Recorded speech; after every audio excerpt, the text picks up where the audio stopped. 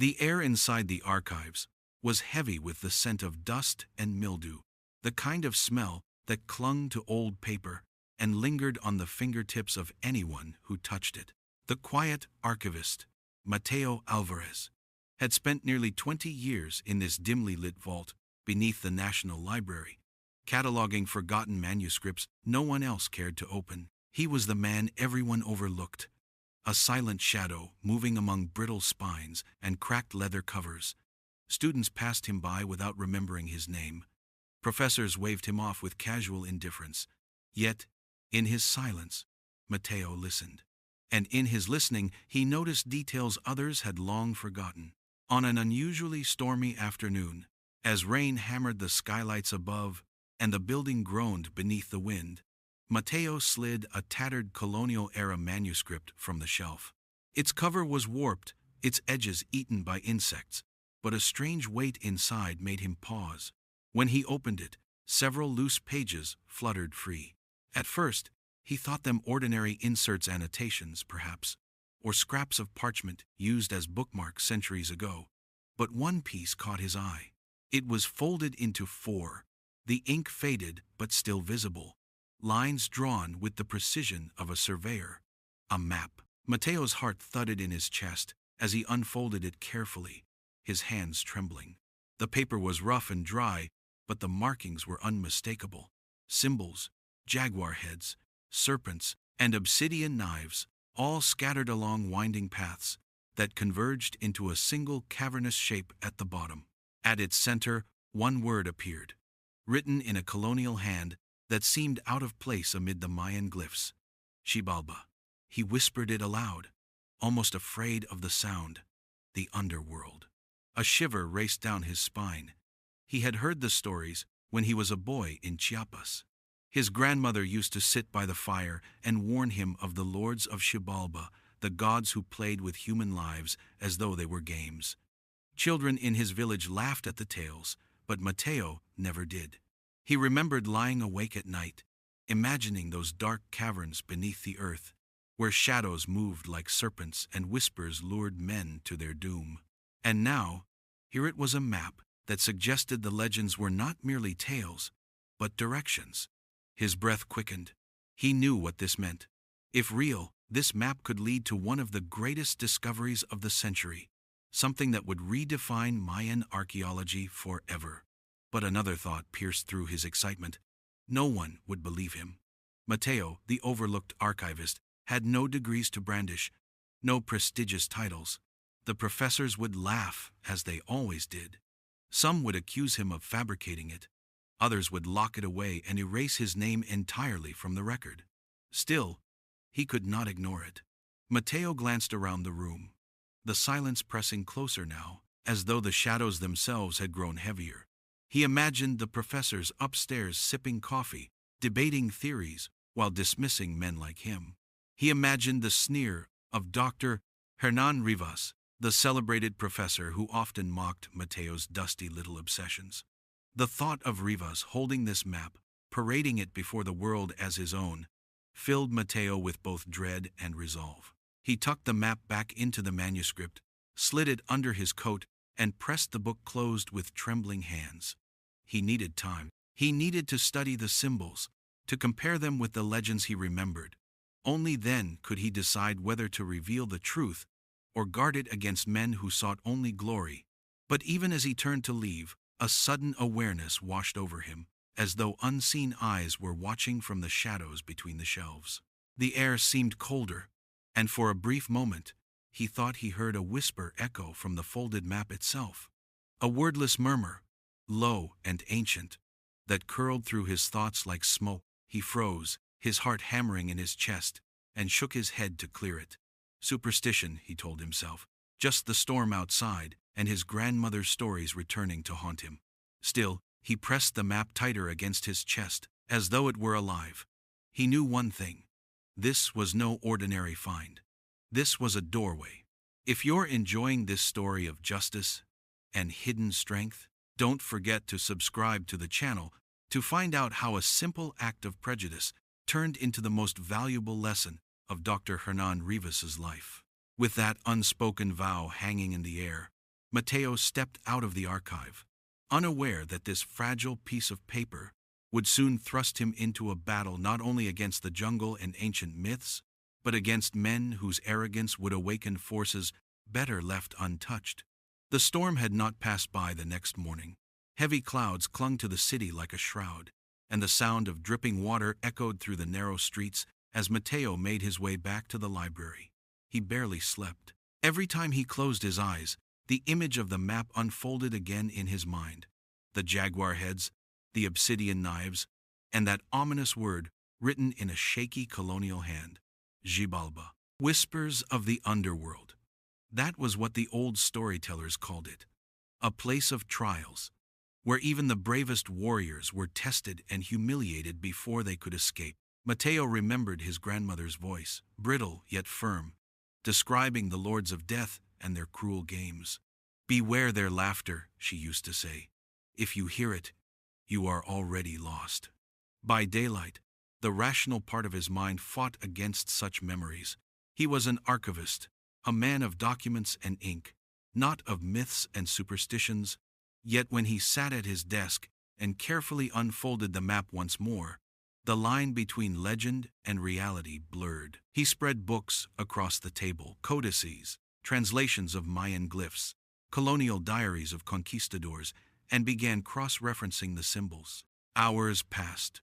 The rain fell harder, and slowly, patterns emerged. The jaguar heads pointed to constellations. The serpents matched with rivers.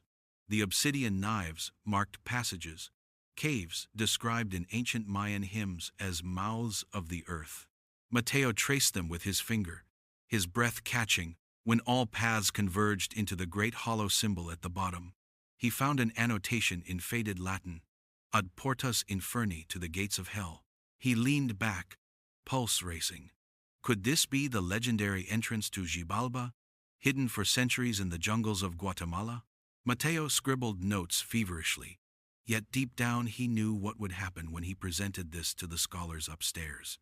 The professors, with their polished suits and polished egos, would laugh as they always did. He could hear their voices already. The archivist has been reading too many folktales. They'd tell him he was mistaking artistic symbols for geography, that his translations were merely fantasies. And then there was Rivas. Dr. Hernan Rivas, the arrogant star of the faculty, a man who published books more often than he taught, who reveled in dismissing those below him. Rivas had humiliated Matteo before, once in front of an entire lecture hall. Matteo had timidly corrected a misattributed quote in a colonial diary, and Rivas had turned it into a spectacle. "Our archivist," he had said with mocking grandeur, "believes his memory of dusty pages outweighs years of scholarship. Let us applaud his confidence." The laughter still echoed in Matteo's memory. But Rivas was also ambitious, always hungry for discoveries that would cement his reputation.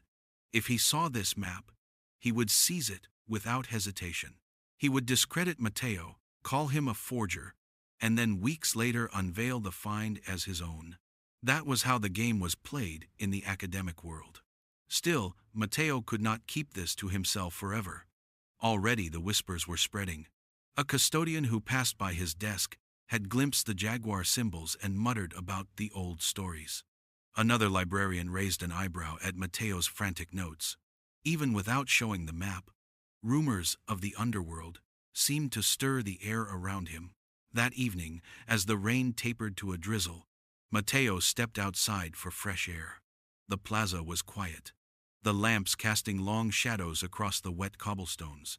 A group of students sat nearby, talking in hushed voices about the caves of death and the cursed map. Matteo froze. How had they heard? He clutched his satchel tighter, a cold knot forming in his stomach. He turned away, but the words clung to him like smoke. Somewhere, somehow, the story was leaking out. For a brief moment, Matteo wondered if the map itself was doing the whispering. He remembered the strange murmur he thought he'd heard in the archive, that faint breath of sound curling around his ear. He tried to shake it off. Madness, he told himself. Fatigue. But as he walked home, he could not silence the feeling that the map wanted to be found. that it was pulling him towards something inevitable. And in the shadows of the plaza, unseen by him, another figure watched the sharp-eyed silhouette of Dr. Rivas, who had already caught wind of the archivist's little obsession. A thin smile crept across his lips as the rain ran down his face. If there truly was a discovery to be made, he would make sure it was his name, not Mateo's, carved into history. The next morning, Mateo arrived at the library early, hoping to work in silence before the bustle of the day began. But when he pushed open the heavy wooden doors, he froze. Sitting at his desk was Dr. Hernan Rivas, impeccably dressed in his tailored suit, his silver hair slicked back as though he had stepped out of a portrait. The professor looked up slowly, his eyes gleaming with the satisfaction of a predator that had already cornered its prey. "Señor Alvarez," Rivas said smoothly, "I hear you've stumbled upon something." Mateo's heart lurched.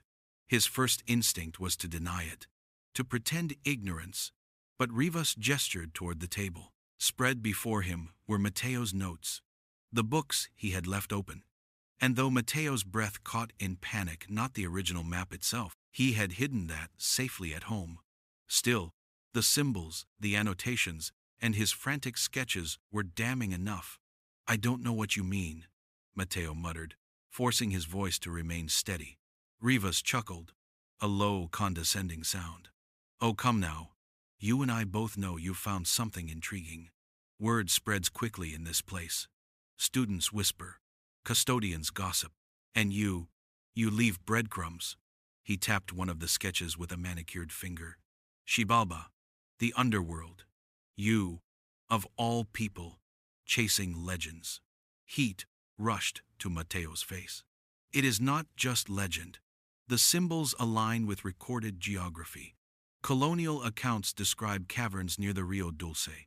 The map—" He stopped himself, realizing too late that his protest only fueled Rivas's amusement. "The map?" Rivas leaned forward, his smile sharpening. "So, there is a map." Mateo cursed inwardly. He had given too much away. Rivas straightened, gathering the notes into a neat pile. "Listen carefully, Alvarez. Men like you, archivists, librarians, you exist to support the real scholars. You organize, you preserve. Noble work, yes, but it does not place you among us. The discovery you think you've made, it belongs in the hands of someone with credentials, someone the world will believe, someone like me." Mateo's fists tightened. The humiliation of past years returned in a wave, the mocking applause in the lecture hall, the whispered dismissals in corridors, the feeling of being invisible except when used as a stepping stone. But beneath the sting of insult, a stronger flame burned. This time, Rivas would not take what was his. "You are wrong," Mateo said quietly. "The truth belongs to those who respect it, not those who exploit it." Rivas laughed outright, the sound echoing in the vaulted hall. "Respect? Don't delude yourself. Discovery is power, and power chooses the bold, not the meek. Do you think anyone will listen to the Quiet Archivist? You'll show them a map and they'll laugh in your face. But if I present it, then it becomes history." He stood, gathering his coat. "I'll give you a chance, Alvarez. Hand me the map, and I'll acknowledge you in the footnotes. Fail to do so, and when I find it myself, and I will, your name will vanish like dust." With that, Rivas swept out of the library, leaving the echo of his footsteps like a trail of contempt. Mateo sank into his chair, trembling. Rage boiled in his chest, but so did fear. He had seen that look in Rivas's eyes, the glint of a man who would stop at nothing, who would trample anyone to seize glory. The map was no longer a secret. The chase had begun. That night, alone in his apartment, Mateo unrolled the fragile parchment once more. The symbols seemed darker now, sharper, as though they had absorbed the tension of the day. He ran his finger along the jaguar heads, down the serpents, to the hollow cavern that marked the gates. The whisper returned faint, curling through his thoughts, a voice without words that seemed to say, "You are chosen. You must go." He closed his eyes, his grandmother's warnings echoing in his memory. Beware their laughter. If you hear it, you are already lost. But what terrified him most was not the thought of the underworld. It was the knowledge that Rivas would follow him into it, and in doing so, might unleash something neither of them could control. The archivist breathed deeply, steadying his resolve. He would not surrender this discovery. If destiny demanded courage, then courage he would find. The jungle awaited, and with it, the truth buried in shadows. The plane droned low over the Guatemalan highlands, its propellers rattling like a pair of restless bones. Mateo stared out the scratched window, watching the jungle stretch endlessly below an ocean of green, alive and unknowable. Somewhere in that vastness lay the caves his map had marked, the place whispered in stories for centuries. He clutched his satchel against his chest, feeling the brittle parchment hidden within as though it were a living heart. It had taken him weeks to gather the courage, weeks of sleepless nights, whispering doubts, and the lingering threat of Rivas's shadow. In the end, it was not ambition that drove him, but fear of what Rivas would do if he got there first. Mateo did not want glory. He wanted truth, and he wanted to protect it from men who would exploit it. The plane landed on a dirt airstrip carved into the jungle. Heat struck him immediately, thick and wet, clinging to his skin. The air was alive with buzzing insects and the distant cries of howler monkeys. A small team awaited him. 2 local guides, brothers named Emilio and Raul, lean men hardened by years in the rainforest, and Ana Torres, a graduate student who had overheard Rivas boasting about the underworld expedition. Ana had sought Mateo out quietly, her voice steady with conviction. "He'll use it for himself," she had warned. "But you found it. If it's real, you deserve to be there first." Now, standing at the edge of the tree line, Ana adjusted her pack, her eyes alight with both fear and wonder. "Are you sure about this, Mateo?" she asked. He hesitated, his throat dry. The honest answer was no. He was not sure of anything. Not the map, not the legends, not even his own courage. But he nodded. "We have to go." The jungle swallowed them quickly. The canopy shut out much of the light, turning the world into a humid twilight. Vines hung like serpents, and the ground was a tangle of roots and mud. Emilio led the way with a machete, hacking through the undergrowth. Raul followed, murmuring prayers in Quiche, the language of his ancestors. Mateo trailed behind, sweat dripping down his back, each step heavier than the last. By the second day, exhaustion gnawed at him. His hands blistered from gripping roots. His legs trembled from endless climbs over slick rocks. At night, lying in a hammock strung between trees, he stared at the map by lantern light. The jaguar heads seemed to shimmer, as if alive. Each time he closed his eyes, he dreamed of dark caverns, of laughter echoing in the black. He would wake gasping, his heart racing, the jungle alive with the hum of insects and the rustle of unseen creatures. On the third morning, Ana confronted him. "Mateo, what's driving you? Is this about proving Rivas wrong?" He shook his head, staring at the damp earth. "When I was a boy, my grandmother told me stories of Xibalba. I was terrified, but I also believed, not in the monsters, but in the truth hidden inside the myths. I became an archivist because I thought, if I preserved enough of the past, maybe one day it would speak back. And now, it has." Ana studied him, her expression softening. "Then let's listen to it together." Her words steadied him, but danger lurked at every step. That afternoon, a sudden downpour turned the trails into rivers. The guides urged them forward, shouting warnings as water rose around their ankles. Mateo stumbled, clutching the satchel above his head, and for a terrifying moment, he felt the current tugging him toward a ravine. Raul grabbed him just in time, hauling him back with a grunt. That night, huddled around a small fire, Emilio spoke of the caves. "My grandfather told me there are doors in the jungle that should never be opened, places where even the animals will not go. If this map leads there, you must be careful. The underworld is not just a story. Matteo felt the words settle heavy in his chest.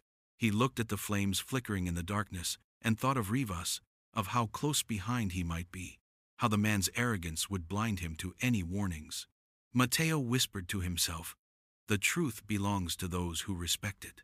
By the fourth dawn, they reached higher ground, where the forest thinned and limestone cliffs rose like walls against the sky. Matteo unfolded the map again. His trembling finger traced the final jaguar symbol. They were close. The last mark pointed to a hollow near the cliffs, a place where rivers disappeared into the earth. The archivist's heart pounded. They were on the threshold of something no scholar had touched in centuries. But beneath his anticipation lay dread, thick and suffocating. For if this was truly the gate to Xibalba, then every story his grandmother told was about to step out of myth and into his reality. The cliffs rose before them like the walls of an ancient fortress, jagged and gray against the canopy's green. Water trickled down their sides in thin streams, carving dark stains into the rock. Birds wheeled overhead, their cries sharp and anxious. Matteo felt a knot tighten in his chest as they approached the hollow, marked on the map a wound in the earth, half hidden by vines and thick ferns. Emilio slashed at the foliage with his machete, each stroke echoing like a drumbeat. The more they cleared, the more the entrance revealed itself. A vast cavern mouth, black and gaping, as though the jungle itself were exhaling shadows. The air that seeped out was cool, unnaturally so, carrying with it the scent of damp stone and something faintly metallic, like old blood. Raoul muttered a prayer, his voice barely above a whisper. "This is it," he said. "The gates, just as my grandfather described." His hand trembled as he touched the stone, tracing grooves worn deep into the cliff face. They were not natural. Carvings emerged beneath the moss jaguars with open jaws, serpents coiled around obsidian blades, skeletal figures with eyes hollowed out. Anna lifted her lantern higher, her breath caught in her throat. These glyphs, they're warnings. Matteo stepped closer, pressing his palm against the cold rock. The carvings matched the symbols on the map perfectly. His pulse quickened, a mix of awe and dread. He remembered his grandmother's voice again, telling him of the lords of death, who waited in Xibalba, testing men with impossible trials. He had thought them bedtime stories. Now the stone itself whispered otherwise. Suddenly, the wind shifted. A low moan seemed to seep from the cave, vibrating in the stone beneath their feet. It wasn't the sound of air alone. It was layered, almost like laughter carried on the breath of the earth. Emilio backed away, eyes wide. "We should not go inside," he said firmly. "This place does not welcome the living." But Anna's gaze was fixed, almost hypnotized, on the darkness ahead. "Matteo, this is extraordinary. No one has documented this before. We can't turn back now." Matteo's heart pounded. He felt torn between two truths: the rational need to record this discovery, and the primal instinct screaming at him to flee. He turned back to the guides. "You don't have to come further. You've brought us here. That's enough." Emilio shook his head. "If you step inside, you are marked. It does not matter whether we follow." Raoul crossed himself and whispered, "The underworld chooses who enters." The words chilled Matteo, but he forced himself forward. He lit a second lantern, the glow casting trembling light against the carvings, and stepped into the cave. The air grew colder instantly, wrapping around him like a damp shroud. The sound of dripping water echoed endlessly, and with every step, the ground sloped deeper, as though pulling them into the earth's throat. Inside, the walls narrowed, then opened into a vast chamber where stalactites hung like jagged teeth. Pools of water reflected their lantern light, distorting it into ghostly shapes. And everywhere, etched into the rock, were more glyphs, skeletal dancers, gods with jaguar heads, men kneeling in fear. Anna whispered, almost reverently, "We are standing in the threshold of Xibalba." Matteo's breath caught. He wanted to feel triumph, the thrill of discovery. Instead, he felt dread deepen, a weight pressing into his chest. The map had brought them here faithfully, but he could not shake the sense that the map itself had always wanted this. to guide them to a place not meant to be disturbed. He crouched near one of the pools, trailing his fingers across the water's surface. The reflection warped, and for an instant he saw not his own face, but hollow eyes staring back. He jerked his hand away, stumbling back into Anna. She steadied him, her brow furrowed. "What did you see?" Matteo swallowed hard. "Nothing, or perhaps too much." Behind them, Emilio muttered angrily, his voice rising. "This is madness. The professors can laugh, the world can ignore you, but this place will not. Leave it closed." But before Matteo could answer, a noise echoed from deeper within the cavern, a sound like footsteps scraping against stone. Not human, not animal, but deliberate. The lanterns flickered, as if a breath of unseen air had swept through. Anna raised her light toward the tunnel ahead, her eyes wide. "We are not alone." Matteo tightened his grip on the satchel, the map pressing against him like a heartbeat. The gates of the underworld had opened, and whether by courage or by folly, they had stepped through. The cavern swallowed them whole, the light of their lanterns a fragile defiance against the black. Every step echoed strangely, the sound bouncing off unseen walls and returning distorted, as though other footsteps answered from deeper within. Matteo forced himself forward, though each breath felt heavier, the air thick with damp and the metallic tang of stone. They entered a corridor where the ceiling pressed low, forcing them to bow their heads. The walls narrowed until only one could pass at a time. Symbols carved into the rock glowed faintly in the lamplight. Skeletal figures playing ball with human skulls, gods wielding knives, men stumbling into pits of teeth.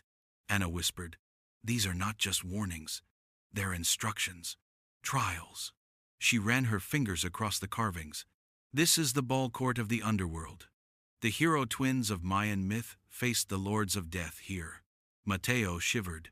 He had read those stories of brothers summoned to Xibalba to endure impossible games, where defeat meant death and victory meant only further torment. He looked down the narrow passage and thought of his grandmother's warning. If you hear their laughter, you are already lost. The corridor opened suddenly into a vast chamber, circular and domed, the walls dripping with moisture. At its center lay a stone platform, and around it, pits plunged into darkness. The air here carried a faint whisper, not quite words, but rhythm like distant chanting. The sound tightened the skin on Matteo's neck. Emilio spat on the ground. "This is no place for the living." His eyes darted around, wide and restless. The stories said those who enter must play the games of the dead. As if summoned by his words, a sudden gust swept through the chamber, extinguishing Raoul's lantern. He cursed, fumbling to relight it, but the darkness seemed to cling, swallowing the flame. Only Matteo and Anna's lights remained, flickering desperately against the oppressive black. Then came the first trial. The ground trembled, subtle at first, then stronger, until cracks formed along the edges of the platform. From those fissures slithered shadows, long, skeletal hands that grasped and clawed upward. Matteo staggered back, his lantern shaking in his hand. His mind screamed that this was impossible, some trick of fatigue, but his eyes could not deny it. Anna cried out, pulling him toward a narrow ledge that circled the chamber. "Don't stop!" she shouted, her voice trembling. They ran, shadows lunging at their heels, skeletal fingers snapping inches from their boots. Emilio swung his machete wildly, slicing through nothing but air, his face drenched in terror. Raoul chanted prayers, his voice breaking as he stumbled. Matteo's heart pounded, his breath ragged. He thought of the map pressed against his chest, of how it seemed to pulse with each beat of his heart. "Why did you bring us here?" he thought desperately. "What do you want from me?" Then, as quickly as it began, the shadows froze. They withdrew into the cracks, leaving only silence. The ground stilled. The chamber stood as before, the pits yawning open but empty. The group collapsed against the wall, gasping. Anna's face was pale, but her eyes burned with determination. "These are trials," she whispered. "The stories were true. The lords of death test those who enter." Matteo swallowed, Fear and awe tangled inside him. His grandmother's voice returned again, stronger than ever. Respect the underworld, Matteo. Do not mock what you do not understand. But they could not turn back. The corridor ahead beckoned, the whispering chants louder now, drawing them deeper. They pressed forward, lanterns casting long shadows. The path descended into another chamber, this one lined with carvings of animals, owls, bats, and scorpions. A narrow bridge of stone stretched across a bottomless chasm, barely wide enough for one person to cross at a time. Raoul crossed himself again, muttering, "The House of Bats." The sound hit Matteo, then faint squeaks at first, then a chorus of shrill cries. From the ceiling above, thousands of wings stirred, black shapes shifting in the darkness. The bats awoke, their bodies swirling in chaotic clouds. "Go!" Emilio shouted, pushing Matteo toward the bridge. Matteo stepped onto the stone, his legs trembling. The air erupted in shrieks as the swarm descended. Bats battered against his face, their wings like knives, their cries piercing his ears. He staggered, nearly slipping into the abyss, but Anna grabbed his arm, steadying him. Together, they forced their way across, step by step, until their boots touched solid ground again. Emilio and Raoul followed, Raoul screaming as one bat sank its teeth into his neck. Emilio struck it away, dragging his brother across the final stretch. Blood streamed down Raoul's collar, but he lived. The bats dispersed as suddenly as they had attacked, retreating into the cavern roof. Silence fell once more, broken only by ragged breathing. Matteo looked back at the bridge, then ahead at the darkness waiting for them. A realization settled in his bones. They were not just explorers now. They were players in the same game the hero twins had faced centuries ago. And like those mythical brothers, every trial would demand a price. Deep inside, he felt the map pulse again, as if whispering, "This is only the beginning." The tunnels twisted like veins, winding deeper into the earth. The air grew colder, heavier, pressing against their lungs as though the cave itself resisted their presence. Matteo led the way with trembling lantern light, each flicker casting monstrous shapes along the walls. He thought of the shadows they had already endured, the skeletal hands, the swarms of bats, and knew more trials awaited. But even as dread gnawed at him, a strange resolve had taken root. He was no longer the forgotten archivist. The map had chosen him, and he would see it through. Yet, he was not the only one following the map. The first sign came in a muffled sound, footsteps, faint but distinct, echoing from behind. Emilio stopped, raising his hand in warning. All fell silent. The bats above had long since settled. No animal stirred. But the footsteps persisted, measured, deliberate.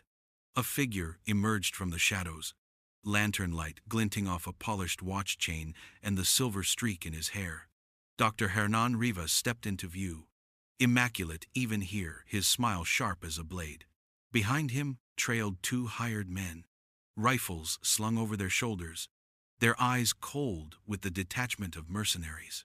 Well, Rivas said, his voice dripping with triumph. "The Quiet Archivist. You've led me exactly where I needed to be." Matteo's chest tightened, rage and dread colliding. "You followed us." "Followed?" Rivas laughed. "No, my dear Alvarez. I anticipated you. Did you really think you could hide something of this magnitude from me? You're a footnote. I am history." Anna stepped forward, fury burning in her eyes. "You don't understand what you're doing. This isn't just discovery, it's dangerous." Rivas's smile widened. "Dangerous? All the better. The world loves danger. It sells books, fills lecture halls, and cements reputations. And I, not you, will stand at the center of it." He turned to his men. "Take the map." Matteo clutched his satchel to his chest, stepping back instinctively. The mercenaries advanced, but Emilio drew his machete, Raoul raising a trembling hand despite his wound. "You'll have to kill us first," Emilio growled. For a moment, tension crackled like lightning in the chamber. The mercenaries hesitated, not eager to spill blood in this cursed place. Rivas waved them back with mock patience. "Very well, I am not without generosity. Alvarez, hand over the map willingly, and I may yet mention your name in my acknowledgments. Imagine the archivist, who guided greatness. Isn't that a noble legacy? Mateo's voice shook, but he found his strength. The truth doesn't belong to men like you. It belongs to those who respect it. Rivas's smile faltered, replaced by a flash of contempt. Then you've chosen your fate. He lunged forward, faster than Mateo expected, snatching at the satchel. They struggled, the fragile parchment crinkling inside, the lantern light swinging wildly as shadows danced across the chamber walls. Mateo's heart pounded with panic. If the map tore, everything would be lost, yet, in Rivas's grip, truth itself felt in peril. Then the ground shook. A deep rumble echoed from beneath, stronger than any before. The walls groaned, dust raining from the ceiling. The mercenaries staggered, cursing. Rivas froze, his eyes wide for the first time, as the rock beneath the chamber cracked open. From the fissures seeped a sound, low, chilling, unmistakable. Laughter. Mateo's blood ran cold. His grandmother's words slammed into him. If you hear their laughter, you are already lost. The lanterns flickered violently. As wind rushed through the fissures, a stench of decay filled the air, and from the darkness rose shapes, not shadows, not illusions, but forms of bone and ash, their eyes glowing faintly like embers. They circled the chamber, their laughter, swelling, mocking.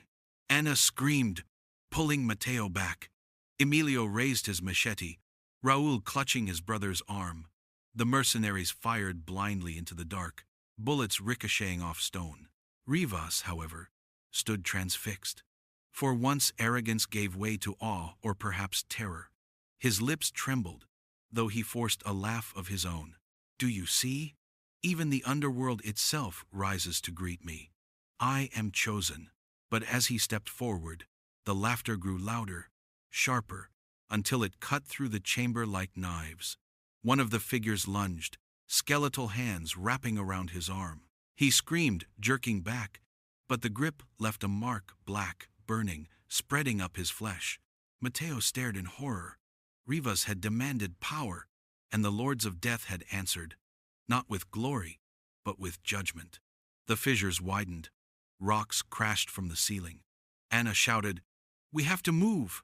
Emilio grabbed Raúl, urging them toward the exit. But Mateo lingered, watching Rivas thrash against the grasp of shadows, his arrogance crumbling into terrified cries. For a fleeting moment, pity touched Mateo's heart. But then he remembered the sneers, the mockery, the theft of others' work. The archivist whispered into the chaos, "The underworld chooses who enters."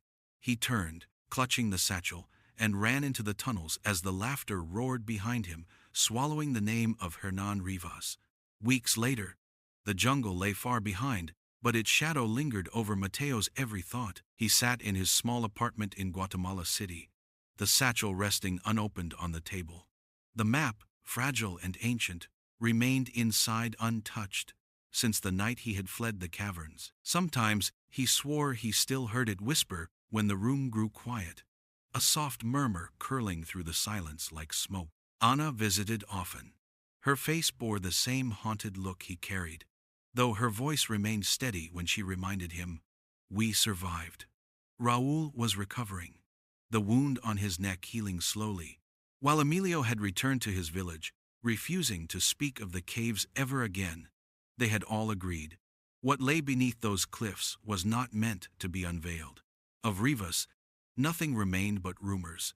Some said he vanished in a collapse of stone, his body buried under rubble. Others whispered he had been taken by the shadows themselves, dragged, screaming into the depths. A few of his colleagues claimed he had left for Europe suddenly, disgraced, though Mateo knew the truth. He had seen it in Rivas's eyes, in those final moments, the terror, the arrogance crumbling to dust. The underworld had chosen him, not for glory, but for punishment. At the university, whispers spread. Students spoke in hushed tones of the archivist who had returned from the jungle, pale and silent, his eyes carrying secrets he would not share. Professors speculated, hungry for fragments of the discovery, but Mateo gave them nothing. He catalogued manuscripts as he always had, moving quietly among the shelves. Outwardly, he was unchanged. Inwardly, he was no longer the man they had once dismissed. One evening, Anna pressed him. "Matteo, we could publish something. Not the map itself, but an account. The carvings, the chambers. It would change your life." He shook his head slowly. "And unleash what we cannot control?" Number Rivas wanted glory, and it destroyed him. "I will not make the same mistake." She fell silent, studying him. At last, she nodded, though disappointment flickered in her eyes. "Then why keep the map at all?" Matteo looked at the satchel, the parchment inside seeming to pulse faintly beneath the leather. "Because truth cannot be destroyed," he murmured. "It can only be respected. To hide it completely would be to erase the voices of those who carved it. To expose it would be to mock them. So I will guard it not as a scholar, but as its keeper." That night, as rain tapped softly against the window, Matteo opened the satchel one last time. He unfolded the map, its faded ink alive, with meaning only he could truly see. The jaguar heads, the serpents, the cavernous hollow, they no longer looked like directions. They looked like a warning, a plea across centuries: respect the underworld, or suffer its laughter. He traced the symbols with reverence, then folded the parchment carefully, and returned it to its resting place. For the first time in weeks, he felt peace. Not triumph, not defeat, simply peace. In the weeks that followed, life in the library returned to its rhythm. Students still passed him by. Professors still overlooked him. Yet Matteo no longer cared. He had seen what arrogance invited, and he had learned what humility preserved. The quiet archivist had walked the threshold of the Mayan underworld and returned not with trophies, but with wisdom. And in his heart, a single truth glowed brighter than any discovery. The greatest power is not in uncovering secrets, but in knowing when to leave them buried. If this story touched you, subscribe to the channel to discover more stories about how extraordinary people turn humiliation into triumph.